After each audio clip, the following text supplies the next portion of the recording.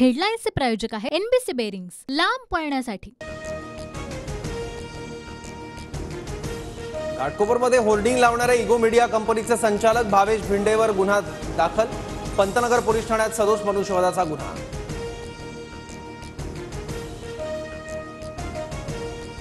भावेश भिंडेंचा ठाकरे आणि अरविंद सावंतांसोबत फोटो, भाजपकडून ट्विट, टक्केवारी घेऊन ठाकरेंकडून होर्डिंगला परवानगी दिल्याचा आरोप।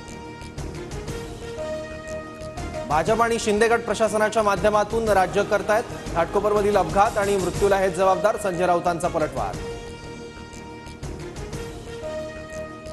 भावेश भिंडे मातोश्रीवर काय करत होता? भिंडे सुनील राऊतांचा पार्टनर आहे का? भिंडेचा ठाकरेंसोबतच्या फोटोवर नितेश राणेंचा सवाल। अनेक व्यापारी भेटायला येत असतात, यात उद्धव ठाकरेंचा संबंध काय? भावेश भिंडेसोबतच्या उद्धव ठाकरेंच्या फोटोवर भुजबळांची प्रतिक्रिया। घाटकोपरमधील होर्डिंग कोसळल्याच्या दुर्घटनेत 14 जणांचा मृत्यू, 88 जण जखमी, अद्यापही बचाव कार्य सुरू। 2021 मध्ये होर्डिंगसाठी तत्कालीन रेल्वे पोलीस आयुक्त कैसर खलीद यांच्याकडून परवानगी। रेल्वे पोलिसांची माहिती, मात्र होर्डिंगच्या आकारमानाबाबत परवानगी होती का? संभ्रम कायम। केंद्रात सत्ता बदल होणार, भाजपला बहुमत मिळणंही अवघड। इंडिया आघाडीला 240 ते 260 जागा, तर मवियाला 32 ते 35 जागा मिळणार, पृथ्वीराज चव्हाणांचा अंदाज।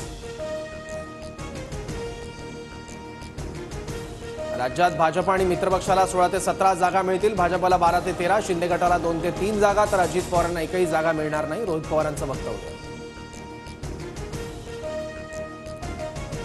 भाजपला देशात 200च्या वर जागा मिळणार नाहीत, भाजपच्या मित्रपक्षांना 30 ते 32 जागा मिळतील, संजय राऊतांचं वक्तव्य।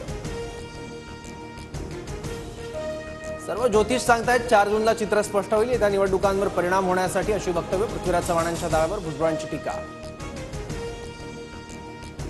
नाशिक महापालिकेतील भ्रष्टाचाराबाबत संजय राऊतांचं पंतप्रधानांसह फडणवीसांना पत्र। मुख्यमंत्र्यांसह त्यांच्या मर्जीतल्या बिल्डरांकडून 800 कोटींचा घोटाळा, राऊतांचा आरोप। अरविंद केजरीवाल यांना मुख्यमंत्री पदावरून हटवण्याची मागणी करणारी याचिका सुप्रीम कोर्टाकडून रद्द। हकालपट्टी करण्याचा कोणताही कायदेशीर अधिकार नसल्याचं कोर्टाचं मत। हेडलाईन्सचे प्रायोजक आहे एनबीसी बेरिंग्स, लांब पळण्यासाठी।